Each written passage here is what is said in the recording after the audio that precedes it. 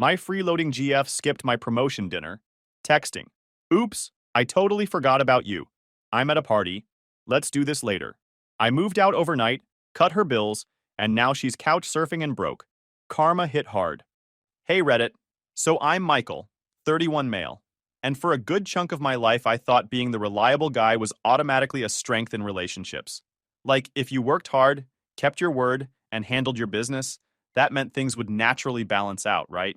Yeah, turns out all that makes you in some cases is a walking crutch for someone else's lazy habits.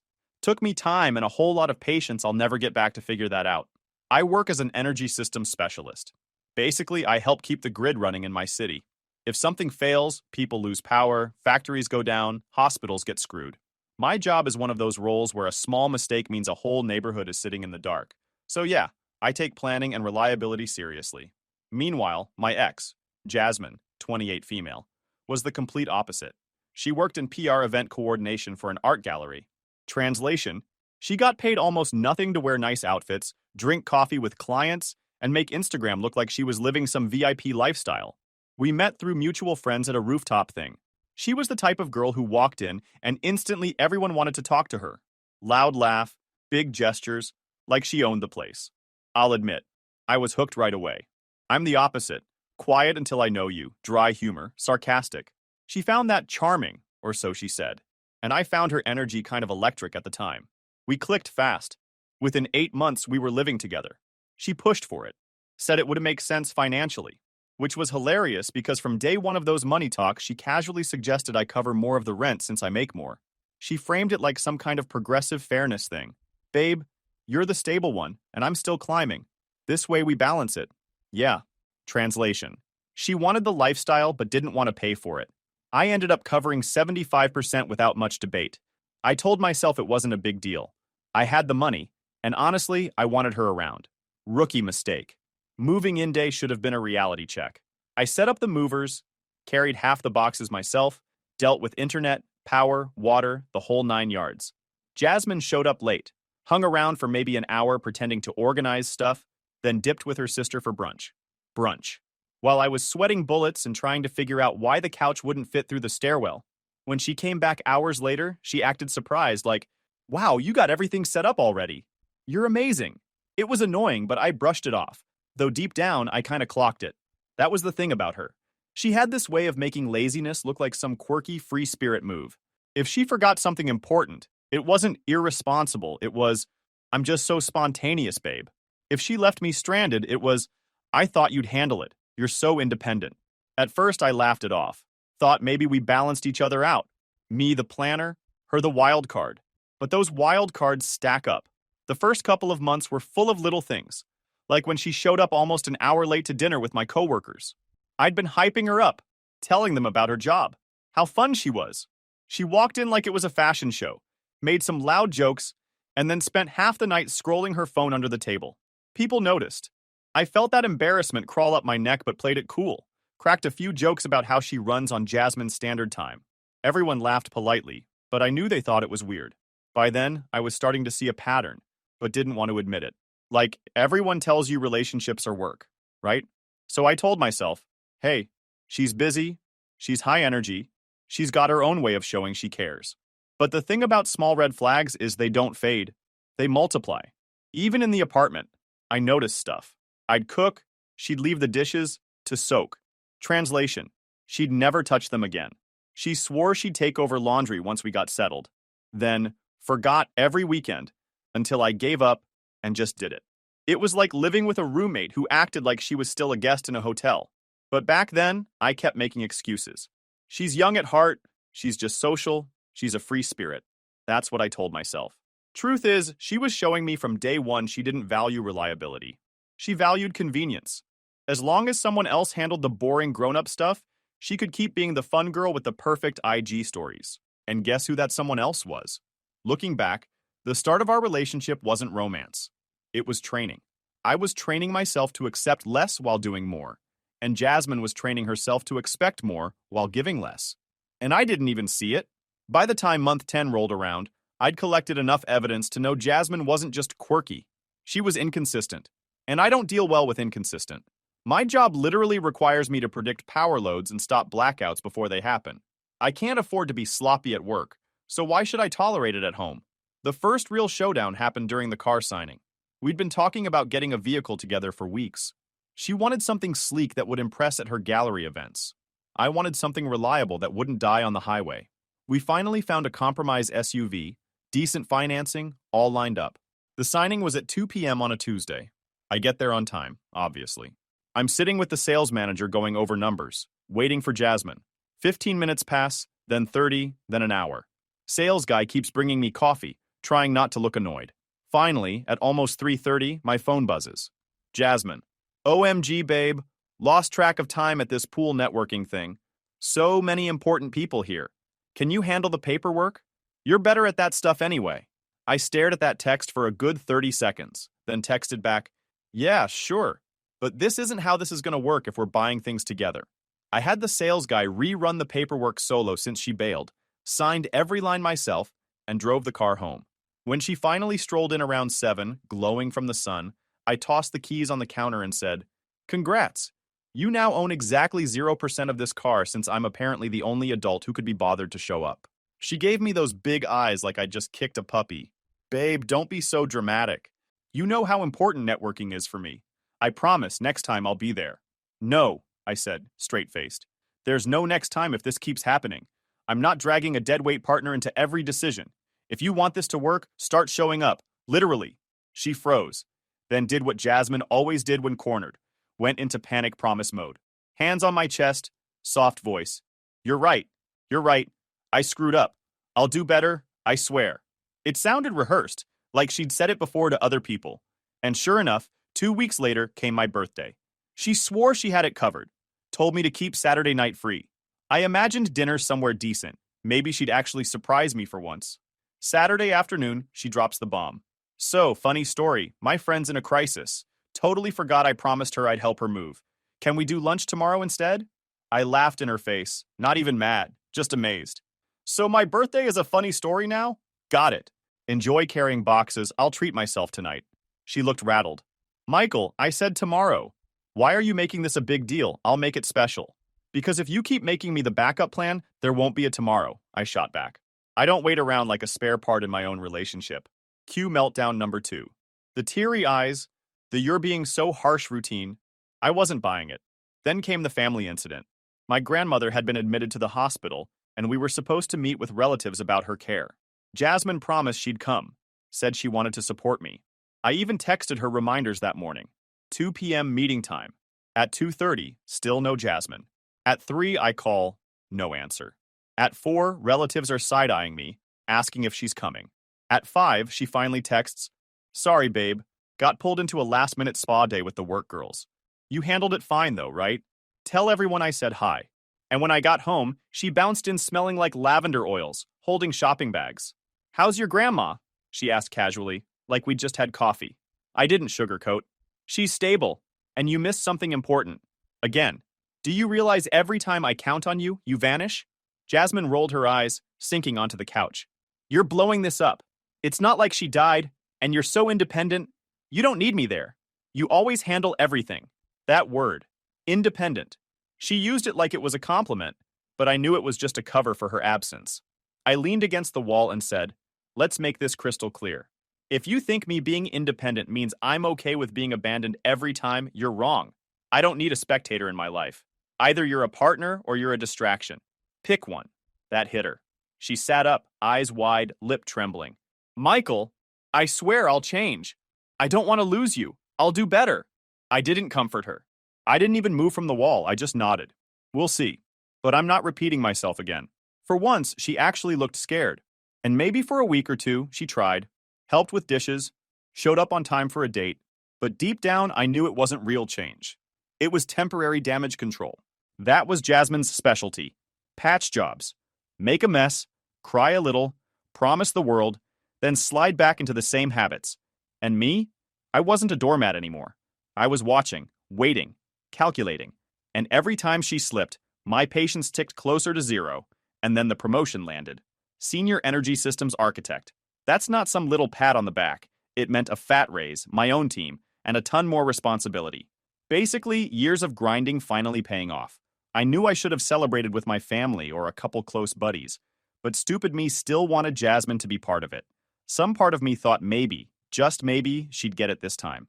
So I set up dinner at Lumiere, the same restaurant where we'd had our first anniversary.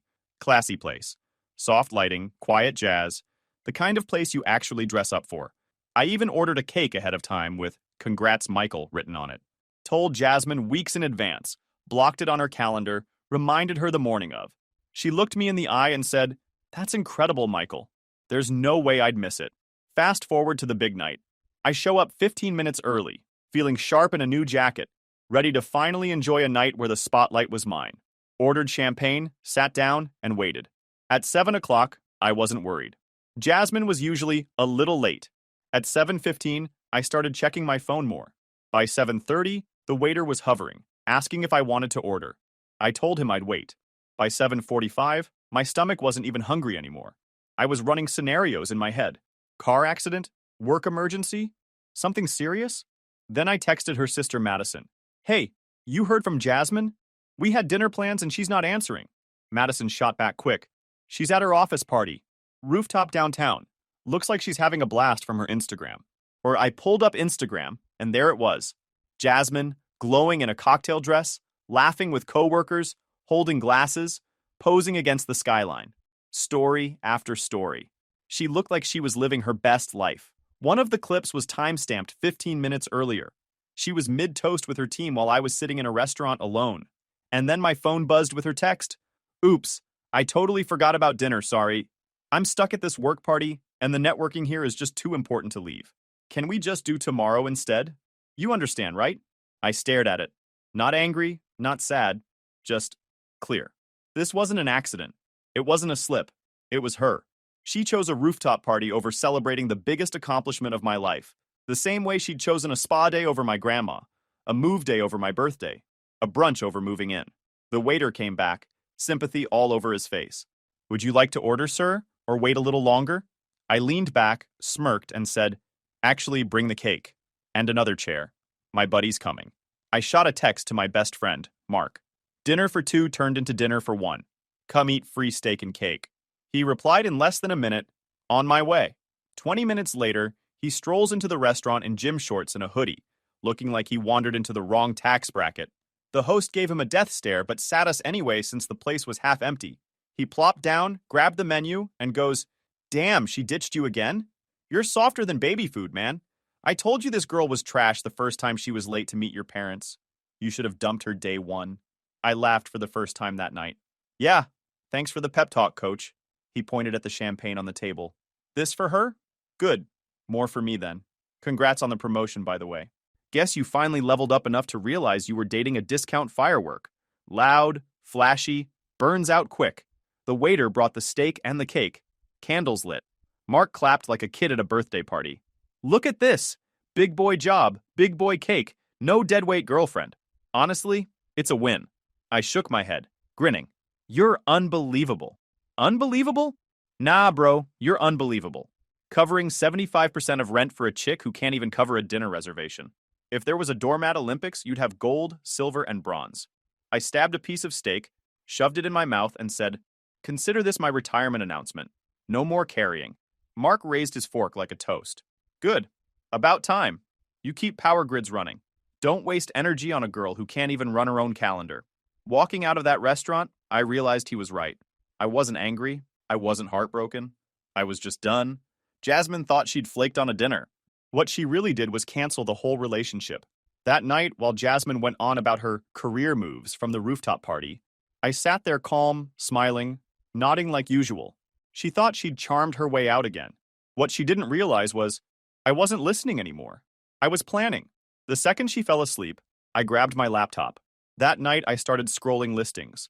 Found a one-bedroom across town that checked the boxes, applied, and by midweek, I was approved. Not flashy, not big, but it was mine. My name on the lease, my space, my rules. The next morning, Jasmine was scrolling through Instagram at the counter, showing me pictures of her networking. I told her I'd be working extra hours this week. She grinned and said, "Good, babe. That's why you're so amazing. You always handle things." She had no clue I wasn't handling our life anymore. I was handling mine. I started moving like an operator. Every lunch break, every evening, a new box disappeared. She never noticed. Too busy bonding at gallery brunches or urgent dinners with colleagues. My closet emptied, drawer by drawer. My tech gear gone. My important documents packed and safe. The more I removed, the lighter I felt. Halfway through the week, I even tested how blind she was. I unplugged my entire gaming setup. Tower, monitors, chair, the works. Left the corner completely empty, cables rolled up.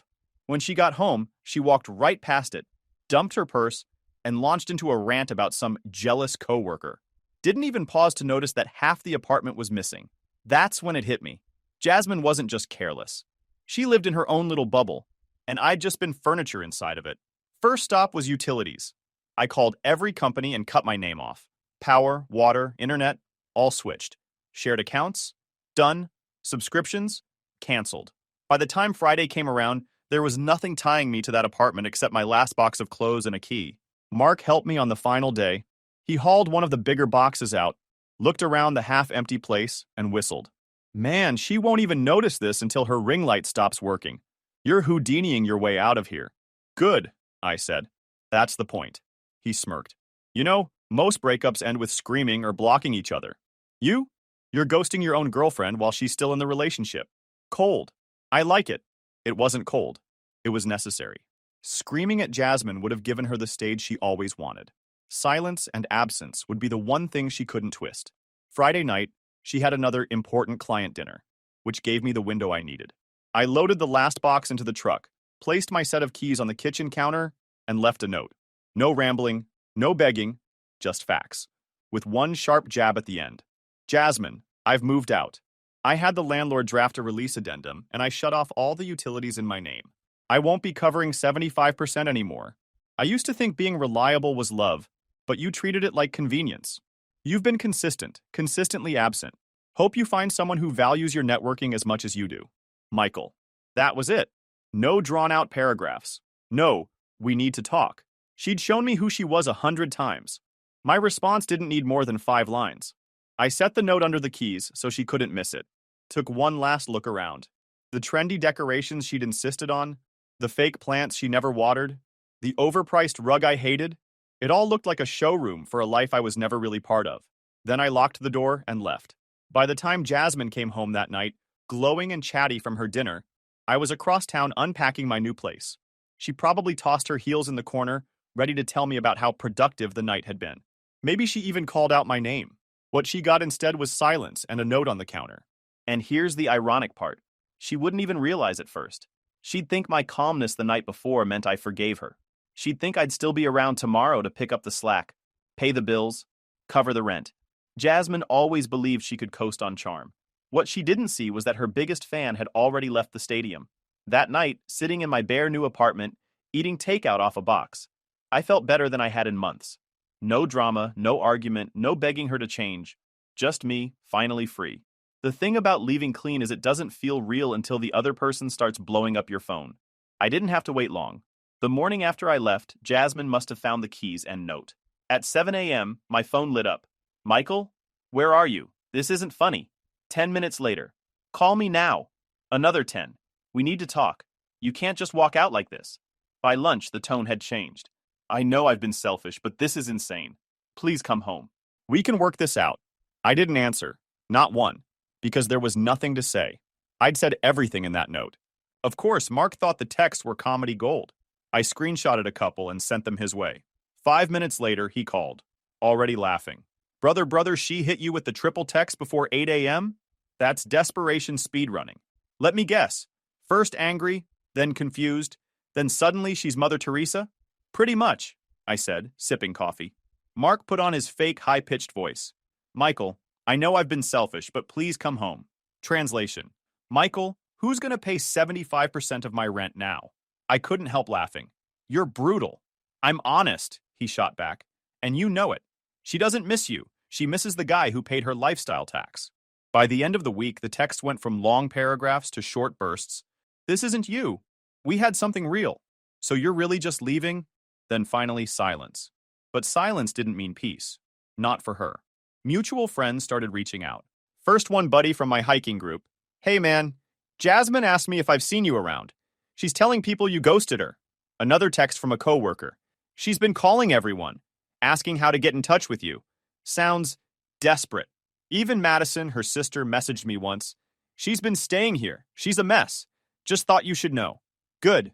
Not my problem. Without my income covering most of the rent, she lasted about 3 weeks before the walls caved in. That fancy apartment she loved so much? Gone. She had no chance of affording it solo on PR money. The gallery job looked shiny on Instagram, but the paycheck was trash. She begged friends for help, picked up odd freelance projects, even sold a couple designer bags. Didn't matter. Within a month, she'd packed it up and moved back into Madison's spare room. Mark, of course, turned the whole situation into a running joke. Every time we hung out, he'd pretend to read a Jasmine text. In a fake voice. Michael, please, I've changed. I've discovered a new skill called doing dishes. Give me one more chance. Or, Michael, I'm moving back with my sister. This couch isn't as comfortable without you paying for it. I told him he was going to hell, and he said, good, I'll save you a seat. The best part? He wasn't wrong. Jasmine wasn't crying over love. She was crying over lifestyle. When you get used to boutique dinners, new outfits every other week, and rent that someone else pays, reality hits like a truck when it's gone. Meanwhile, my life had never felt better. My apartment was small, but everything in it was mine. Dark wood furniture, clean kitchen, fridge stocked with food I actually ate instead of oat milk and cheese that went bad in 2 days. No random candles, no throw pillows that served no purpose except aesthetic. Just peace. I joined a hiking group and actually had weekends free to go on trails without being guilt-tripped into helping Jasmine at events. Signed up for a photography class I'd been putting off for years. Even got back into the gym consistently. And the difference in my mood? Night and day. I wasn't checking my phone every 5 minutes, waiting to see if Jasmine would cancel plans. I wasn't lying to my family about why she wasn't around. I wasn't cleaning up someone else's mess every weekend. One Saturday, I was out with Mark grabbing burgers. He pulled out his phone and said, Yo, remember when Jasmine flaked on your birthday because she had to help a friend move? Yeah, he grinned. Bet that friend isn't helping her unpack at Madison's. Karma's undefeated, man. He wasn't wrong. Word was already getting around that Jasmine's social life was slipping. Friends stopped inviting her to dinners, once she couldn't afford her share. Coworkers whispered about her situation at the gallery. She'd built her whole image on being carefree, stylish, and always out and about. That crumbles fast when you're sitting on your sister's couch begging Venmo favors. For the first time in 2 years, I didn't feel embarrassed. I didn't feel like I was covering for anyone. And I sure as hell didn't feel like a doormat. What Jasmine thought was a safety net turned out to be a life raft. And the second I cut the rope, she sank. Life without Jasmine was smoother than I thought possible. My apartment was quiet, organized, and mine. I was actually enjoying weekends again. Hiking trails, photography classes, gym sessions, dinners with Mark where he roasted me for ever putting up with Jasmine in the first place. Then came Kara. I met her at a cross-company training on infrastructure planning. She was a structural engineer, sharp as hell, but not flashy about it. We ended up talking about projects, then random stuff like hiking spots and traffic design.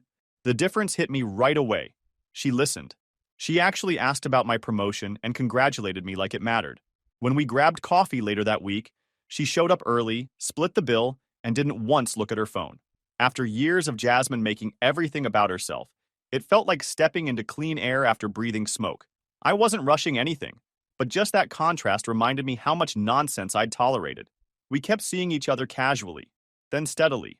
A few months rolled by, and the more time we spent together, the more obvious it became. This was the opposite of my last relationship. Of course, Jasmine wasn't done. It started with the texts. After a month of silence, my phone buzzed with an essay. Michael, I know you think I let you down, but you didn't understand how stressed I was. The party wasn't just fun. It was work. You always said you wanted me to succeed. Why couldn't you support me in that? I didn't answer. Next day, you abandoned me without a conversation. Do you know how cruel that is? After everything I did for you? Funny, she couldn't list what those things were. Then, I've started therapy. I'm working on my commitment issues. Can we meet just once? Mark read that one out loud in a dramatic voice and said, Translation, she's committed to finding her next wallet. I nearly spit out my drink. 2 weeks later, she upped the ante. Saturday morning, there was a knock at my door. I opened it to find Jasmine, standing there like she'd walked out of a rom-com. Hair done, makeup perfect, fake, hopeful smile. Michael, she breathed, like I'd been the one missing her. Finally, can we talk? I leaned on the doorframe. You found the place. Congrats. GPS works. She blinked at my tone but pushed on. Look, I know I screwed up, okay? I didn't realize how much you did until you weren't there. It opened my eyes. I've changed. Changed? I asked. It's been 6 weeks. That's not change, that's a vacation. Her smile twitched. I'm serious. I'm in therapy now. I've been journaling. I get it. I wasn't prioritizing us. But you have to admit, you didn't exactly make it easy. You were so independent all the time. I thought you didn't need me. I almost laughed. So I was too responsible. That's your excuse? She crossed her arms. Don't twist my words. You made me feel like I couldn't contribute. Funny, because I remember begging you to contribute, I shot back. Her voice went up a notch. This isn't fair. You just left. Who does that? Adults talk things through. Oh, like when I tried to talk about my grandma and you ditched me for a spa day? That kind of talking? Her face cracked for a second, then she slapped on the smile again. That was different, but I've learned now. I can be better. Don't throw away 2 years because of a few mistakes. A few? I asked. You missed my promotion dinner. That wasn't a mistake. That was a decision. You picked a rooftop party over me. You did the same thing every time. Birthday, family, work. You always picked something else. Her eyes welled up. You don't understand. That's just how my job is. Networking is everything. Then maybe marry networking, I said. Sounds like it was your real relationship. She gasped, like I'd slapped her. Then, in the same breath, said, But you owe me a chance to prove myself. After all I invested in us? I raised an eyebrow. Owe you? You invested? With what exactly? Because I'm still waiting for the return. That's when she cracked for real. Tears rolling, mascara smudged. Please, Michael. I can't believe you're being this cold. We had history. We had love. No, I said calmly. We had me carrying dead weight. History belongs in the past, Jasmine. You're not a chapter I'm rereading. I closed the door gently but firmly. She stood out there a few minutes, crying, then stomped away. Later that night, I told Mark. He burst out laughing. She really showed up to the guy she drained for 2 years and tried to play victim? Man, that wasn't closure, that was a comedy special. I grinned. She said she was journaling. Oh good, Mark said. She can title it, How to Lose a Good Man in 10 Easy Steps. We cracked up until our sides hurt, and for the first time I didn't feel a shred of guilt, just relief. Because while Jasmine was busy contradicting herself in my doorway, I was already living proof that I'd leveled up, and I wasn't looking back. Life with Kara had started feeling like the kind of stability I used to think was boring, except now I realized it was what an actual partnership looks like. Months later, when we decided to move in together, she didn't vanish on move day. She brought boxes, labeled everything, had a checklist for utilities, and even baked muffins for the neighbors, so introductions went smooth. That was the type of detail Jasmine never would have cared about. Bills were split evenly, chores rotated naturally. If I cooked, she cleaned. If she had a tough week, I covered more, and vice versa. Nothing needed to be begged for. Nothing felt one-sided. When my next work milestone came, a big project rolled out successfully, Kara showed up with a small cake and balloons in the office parking lot. Nothing over the top, but she remembered. She showed up. She valued my wins because they were ours to celebrate, not interruptions to her networking schedule. That's when it really sank in. This is what consistency looks like. Meanwhile, Jasmine's world was collapsing like a poorly wired grid in a storm. Word got back through Madison that having her as a house guest was a nightmare. She refused to clean, complained about space, left dishes piled up, and expected Madison to bankroll extras. About 3 weeks after moving in with Madison, she snapped. Threw her out with a blunt, "If you want to live here, contribute. If not, pack your bags." Jasmine packed her bags. But where did she go? Nowhere. Friends she used to parade around with on Instagram suddenly didn't have space. Truth was, they'd all heard the freeloading stories and didn't want to deal with it. She burned through her goodwill. Invitations dried up. No dinners, no rooftop bars, no content nights. So Jasmine did what she always swore she'd never do. Took 2 jobs just to scrape by. One was retail, folding clothes for teenagers. The other was waiting tables. The gallery job she flexed about nonstop, gone. After a pileup of missed deadlines, no-shows, and her boss catching wind that she was more focused on networking than actually delivering, HR finally called her in. By the end of that week, she was packing her desk into a box. The same gig she used to wave around like proof she was thriving ended with a quiet HR meeting and a box of her things. She tried to spin it as her pivot into new opportunities, but everyone knew HR doesn't hand you a box for a pivot. Mutual friends sent me updates like mini episodes. She looked exhausted, one said. Like actual bags under her eyes for once instead of designer ones. Another. She told someone she's focusing on self-growth, but it looked more like she was focusing on folding jeans at 11 p.m. Mark, of course, turned it all into his personal comedy routine. We'd meet up and he'd start mock reading her old texts like dramatic poetry. Michael, please come home. I've changed. Then he'd clap his hands together. Changed into what exactly? A double shift zombie? One time he raised his soda in the air and said, "To Michael, comeback player of the year." She didn't lose a boyfriend. She lost an investor. I cracked up. Investor? Yeah, he said. You weren't dating her, you were her venture capital. And she ran the business straight into the ground. That roast stuck with me for weeks because it was dead accurate. Jasmine treated the relationship like a funding source. When the money dried up, so did everything else. Watching her fall apart from a distance wasn't something I obsessed over, but I'd be lying if I said it didn't feel like karma worked over time.